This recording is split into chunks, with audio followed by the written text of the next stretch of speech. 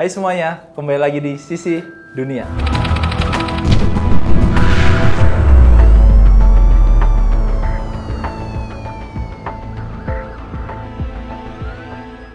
Bersama saya Tommy Adiatma. Dan saya Wo Bowo. Di episode kali ini kami akan menemani malam kalian dengan cerita-cerita horor dan mengerikan. Tapi di sini nggak cuma kita berdua tentunya, karena kami kedatangan Ki Atmo Wijoyo. Selamat malam, Ki Selamat Atmo. malam. Selamat malam, Diatmo. Selamat malam. Selamat malam, MOP Lovers. Nah, MOP Lovers, perlu diingat juga nih, kalau cerita yang akan kami bawakan sudah berdasarkan riset dan juga melalui penglihatan Ki Atmo sebagai paranormal. Jadi, informasi yang kami berikan semata-mata hanya untuk menambah pengetahuan dan juga informasi mengenai sisi dunia lainnya saja ya. Kalian boleh percaya ataupun tidak dengan cerita ini, aku kembalikan lagi ya ke MOP Lovers semua. Oke, MOP Lovers, kali ini kita akan membahas kisah mistis Alas Roban. Jalur Alas Roban adalah salah satu jalur tanjakan yang cukup curam yang berada di Kabupaten Batang, Jawa Tengah. Jalur ini menghubungkan kota Batang dan Semarang dan merupakan bagian dari jalur Pantura. Tempat ini punya sejarah yang panjang, terutama sejak dibukanya jalan raya yang menembus hutan itu pada tahun 1811 yang merupakan jalan raya Pos Dendels. Selain itu, tempat ini ternyata menjadi tempat tumbuh suburnya beragam jenis pisang. Namun, siapa sangka, ternyata banyak sekali kisah mistis yang terjadi di jalur Alas Roban ini. Salah satunya jalur Alas Roban ini menjadi tempat yang rawan kecelakaan. Apakah itu makhluk halus yang berada di sana? Tanpa basa-basi lagi, kita akan bahas kisah Alas Roban. Nah, Ki Atmo, kenapa di foto ini Alas Roban dikatakan tempat angker? Oke, jadi ini kan jalur baru ya. Ini jalur baru yang jalur tol. Sebenarnya tempat yang lebih angkernya lagi itu ada di jalur lamanya dia. Jadi Alas Roban ini ada 3 jalur. Ada 3 jalur. Jalur yang utaranya, kemudian jalur selatannya, tapi kan bukan selatan banget ya. Oke. Jalur tengahnya. Kemudian satu lagi namanya jalur Poncowati ini di sini. Nah, kalau yang dari foto ini, jalur yang mana itu, Ki? Ini jalur barunya. Jalur ini barunya jalur ya? barunya. Ini jalur tolnya yang baru. Cuman kalau kita di jalur lama itu tadi ada tahu-tahu tanjakan, tahu-tahu turun, kemudian beloknya tajam. Kira-kira Ki, jalur selatan sama utara yang kita ngomong, yang mana Ki yang paling seram? Ini semuanya hutan Alas Roban ini punya sejarah sendiri. Sejarahnya keren banget. Sehingga tempat ini memang benar-benar jadi tempat yang angker.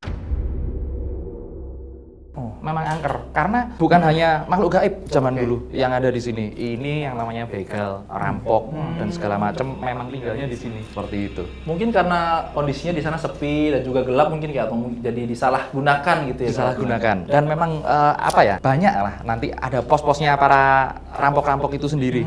Dan di zaman dulu dibangunnya Jalan Dendels itu banyak banget orang-orang yang jualan kalau siang karena hutan ini memang hutan yang produktif, banyak sekali buah-buahan. Tadi kan dibahas ada pisang. Sebenarnya di sana kelengkeng ada, durian ada, segala macam. Memang mereka banyak sekali berjualan di situ. Cuman penjual-penjual itu kalau sudah lewat jam-jam 4, jam-jam asar gitu, mereka udah pada bubar karena mereka tahu resikonya di sini seperti apa.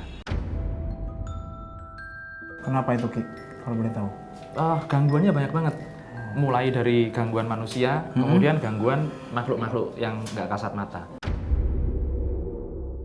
Nah, menurut riset nih Ki, Alas Roban menjadi jalan nomor 1 se-Jawa. Jalur ini berkelok dan menanjak dan juga curam. Namun, pada saat mudik, jalur Alas Roban ini rawan banget kecelakaan, Ki Atmo. Kira-kira apa sih yang menyebabkan jalur ini tuh rawan kecelakaan atau hanya karena jalannya berbelok gitu, berkelok sih? Jadi kalau zaman dulu rame banget pas waktunya mudik. Kan mudik itu biasanya kan dari Jakarta ke pulau-pulau ke kota-kota di Jawa. Jawa, betul. Alas Roban ini ada di tengah. Dari Batang sampai ke Semarang. Batang, Semarang. Dari Batang sampai ke Semarang. Disitulah kira-kira para pengemudi ya, udah capek-capeknya. Iya. Udah capek-capeknya. Apalagi medannya seperti itu. Ada mitos di Alas Roban. Apa itu? Kalau kita lagi lewat di Alas Roban situ, kita harus buang uang koin. Tujuannya agar ya permisi saja kepada yang di situ. Karena memang biasanya pengemudi tersebut, biasanya pengemudi truk atau pengemudi yang lagi mudik, pengemudi mobil itu, biasanya berjumpa dengan nenek-nenek. Nenek-nenek lagi jalan di pinggir jalan. Kemudian udah beberapa lama mereka jalan. Ada lagi itu nenek-nenek, sama persis, bajunya sama, penampakannya sama, mukanya juga sama. Itu terjadi berkali-kali hingga 3-4 kali lah. Itu salah satu keanehannya. Tapi menurut penglihatan Ki Atmo, kira-kira sosok nenek itu siapa sih? Apakah korban kecelakaan di situ? Apakah memang penunggu di area Alas Roban? Ya, kalau memang menurut saya sendiri itu penunggunya sana. Penunggunya Alas Roban yang saya rasa malah lebih ini ya. Dia menjaga keselamatan pengemudi itu biar nggak banyak korban malahan. Oh, tapi kan kehadiran nenek tersebut malah bisa membuat pengemudi hilang fokus sebenarnya kan. Jadi loh, kok ada nenek ini gitu kan sebenarnya. Itu istimewanya Alas Roban. Jadi kalau nenek-nenek itu udah bikin kaget, nanti yang bikin kecelakaan itu lebih bikin kaget lagi. Bahkan bisa menyasarkan itu ibaratnya kita di jalur biasa ya. Kita ngerasa jalan di jalan biasa. Tahu-tahu jalanan nutup, pohon rapet. Ternyata mobil itu ada beberapa kali kejadian. Iya. Mobil itu ternyata udah keluar jalur lama. Betul. Susah lagi kan kembalinya ke jalan raya. Seperti itu. Ki Atmo, katanya nih, tahun 1980-an ada pembuangan mayat di Alas Roban ini, apakah benar itu Ki? Pembuangan mayat yang ini ya, begal Bromo Corah dan penjahat-penjahat kambuhan itu ya? Iya. Ya, memang ada beberapa yang dieksekusi kemudian dibuang ke situ. Karena memang tempatnya kan sepi ya, tempatnya sepi, jarang ditemui orang-orang yang lewat ke situ atau masuk eksplor tempat itu. Kemudian ya memang dibuangin ke situ. Dan mayatnya itu akan jadi arwah gentayangan kan Ki? Ada beberapa kepercayaan memang. Ini ada cerita lah. Mobil yang dipakai eksekusi. Iya. Itu adalah beberapa orang yang dieksekusi di mobil itu. Itu mobilnya serem, apalagi mayat-mayat yang kemudian dibuang ke Alas Roban ini. Tapi Ki, dari beberapa artikel yang pernah aku baca, katanya Alas Roban ini terkenal sebagai tempat mengadu ilmu nih para dukun atau mungkin paranormal seperti itu. Apakah benar sih Ki? Banyak banget ya orang yang di tempat ini ibaratnya mereka mengasah olah batinnya. Banyak banget. Ibaratnya tempat itikaf, karena ini bukan cuma tempat para paranormal dan dukun. Banyak ulama zaman dulu yang memang melintasi Alas Roban ini. Kemudian ada beberapa yang mendirikan pondok di sini. Jadi tempat ini termasuk tempat yang sakral sebenarnya Ki Atmo ya. Betul sekali. Nah, ada lagi nih Ki, menurut riset, hutan Alas Roban pada zaman Mataram Islam itu sempat akan dibabat untuk pembangunan sawah. Rencananya digunakan sebagai bahan pangan para prajurit perang. Namun selama proses pembukaan hutan itu, para pekerjanya banyak yang sakit dan juga mati. Konon mereka diganggu oleh jin yang mendiami kawasan itu. Sebenarnya jin seperti itu apa mengganggu sih? Apa sih sebenarnya yang menyebabkan jin tersebut mengganggu? Ini ceritanya di era Sultan Agung. Ini ceritanya di era Sultan Agung saat pasukan Sultan Agung akan menyerbu ke Batavia, ke Belanda. Jadi mereka untuk membuat persediaan, mereka mendirikan sawah-sawah di sana. Salah satunya yang mau dibabat Alas Roban ini. Yang bertugas di situ Tumenggung Bahu Rekso, pangkatnya Tumenggung. Bahu Rekso. Tumenggung Bahu Rekso. Tumenggung Bahu Rekso itu bertanggung jawab untuk keselamatan pasukan dan penyerbuan ke Batavia. Memang saat untuk pembukaan lahan tersebut, pembukaan lahan beberapa posisi di Alas Roban, banyak sekali gangguan memang. Gangguan gaib. Kemudian Tumenggung Bahu Rekso itu melakukan meditasi, tapa dan melakukan berdoa. Akhirnya dia mendapat petunjuk, ada caranya seperti ini kalau kita mau membuka area persawahan di Alas Roban. Tapi anehnya, ada anehnya ini. Anehnya kenapa Ki? Ada anehnya. Di tempat itu kan ada perkumpulannya juga. Di mana para intelijen Mataram Islam berkumpul untuk menuju ke Batavia. Itu padi dan buah, lebih banyak buah tetap. Padahal dipergunakan sebenarnya sawah ya, tapi yang tumbuh banyakkan buah ya. Ada satu buah yang khas banget, aneh banget di sana. Apa itu Ki? Pisang di sana bisa setinggi 2 meter, gede banget. Tapi pohonnya memang benar-benar gede banget. Itu kalau di jalur lama masih kelihatan itu pohon-pohon pisang yang tinggi menjulang.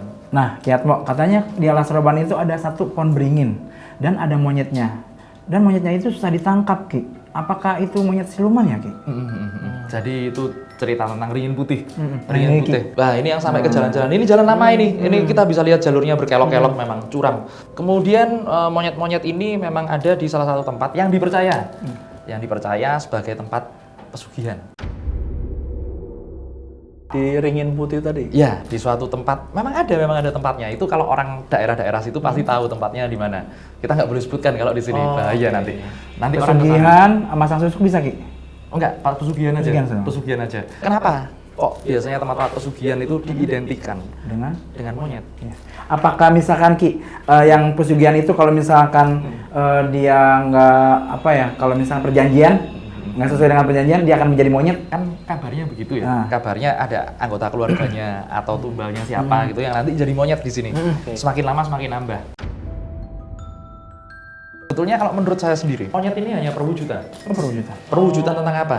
Perwujudan tentang kerakusannya orang. Dikasih satu, dikasih lagi, diambil masih sama apa namanya monyet ini. Makanya kalau ada tempat pesugihan ada monyetnya itu sudah nggak heran lagi. Memang ada tempatnya itu. Nah, Ki Atmo mungkin Movie Lover semua penasaran nih tentang salah satu sosok yang ada di Alas Roban. Mungkin Ki Atmo bisa menggambarkan sosok yang terkuat mungkin atau yang menarik perhatian Ki Atmo. Ya, ini ada salah satu sosok yang nanti dekat sama salah satu wali Ki Ageng Gringsing. Nah, Ki Atmo katanya nih ada pelintas mobil dan dia melipir ke warung. Dan warung itu ada seseorang yang dagang ya. Nah, sewaktu-waktu Ki, pas dia ketiduran, tahu-tahu dia ada di semak-semak Ki. Ya. Apakah itu makhluk gaib ya Ki? Ya, karena memang sering sekali banyak ya pengendara baik itu mobil maupun motor, mereka seperti mampir ke nggak hanya warung, ada seperti masjid, kemudian seperti toko modern, seperti itu ada memang.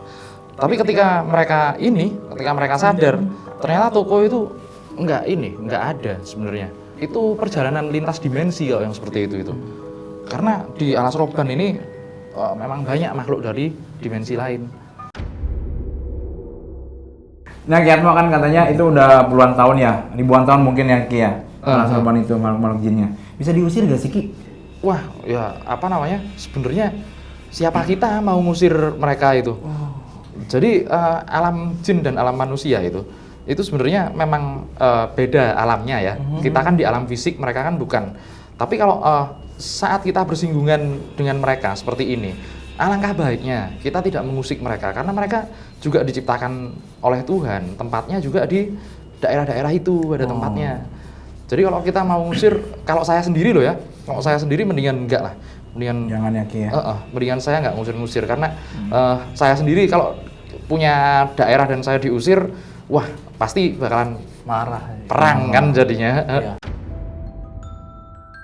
Tapi menurut cerita Ki Atmo, di Alas Roban ini ada sosok lain juga seperti Ki Janggo dan juga Nyi Putih. Apakah sosok tersebut salah satu yang terkuat? Itu yang biasa sama orang disebut Ki Janggut Putih ya. Itu sebenarnya salah satu tokoh wali juga, tokoh ulama juga. Namanya Syekh Fatuheh kalau nggak salah itu namanya. Siapa? Syekh Fatuheh. Siapa tuh Ki? Dia itu sosok ini ya, sosok orang yang pernah menumbali juga. Ibaratnya kalau kita menumbali itu bukan hanya ini ya, negatif ya. Iya. Contohnya dulu Syekh Subakir menumbali Gunung Tidar. Ya, Movie Lover, saat ini Ki Atmo sudah selesai menggambarkan salah satu sosok yang ada di Alas Roban. Mungkin Ki Atmo bisa menjelaskan sedikit Ki tentang sosok yang Ki Atmo gambar kali ini. Jadi ini adalah salah satu sosok yang memang ada di Alas Roban dan berhubungan dengan monyet-monyet itu tadi. Jadi ini memang ada tempat, salah satu spot yang dipakai pesugihan. Jangan ditiru dan jangan dilakukan karena konsekuensinya berbahaya sekali. Bisa mengakibatkan korban dari pihak keluarga dan kemudian Anda juga bisa jadi korban kalau nekat melakukannya.